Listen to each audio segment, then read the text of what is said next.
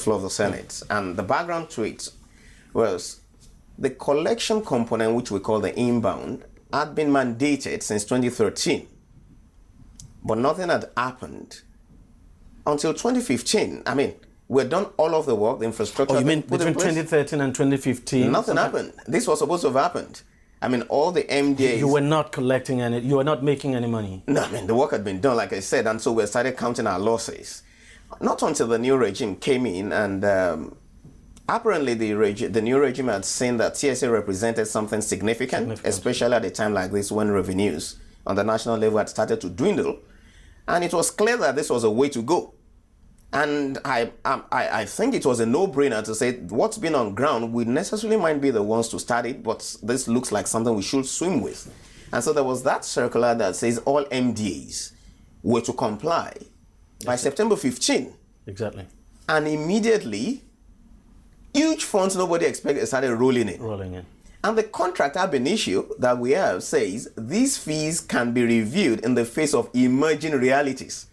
So discussions had actually started on that. Because, to actually review. Oh, sure, because like I said, at the initial time, there wasn't even any, so it was like a blind plunge. You had technology, you knew it could work, you knew it could help the country. You didn't know where exactly to place your bet. 1% was announced. That wasn't actually what we negotiated. And at that time, it was difficult to actually guess how much was going to be coming in. I mean, the volume of the transaction, so to speak. It couldn't have been anywhere near imaginable. And when you say this, many times people wonder. One of the things we stumbled on, by the way, at one of the sensitization workshops, was as of December last year, about 17,000 bank accounts had been closed. Before this, nobody had an idea, at least I didn't, have a clue that we could be operating as much as, or as many as 17,000 different bank accounts by different MDAs.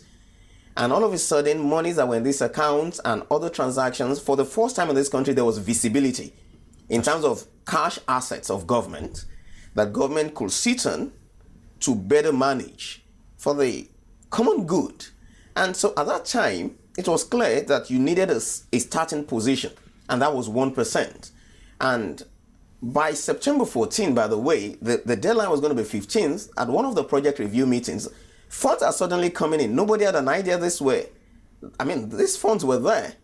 I mean, so this is going to impact on fees. And so that mechanism had started. Meetings were in progress. In fact, positions were being taken until there was this announcement that a company called Remita was making 25 billion a day, and to be honest, that threw us off balance. And attempts to try to even explain, I mean, you wish you... It's quite surprising that at that time, nobody talked about the CBN making money or the commercial banks making money from this as well.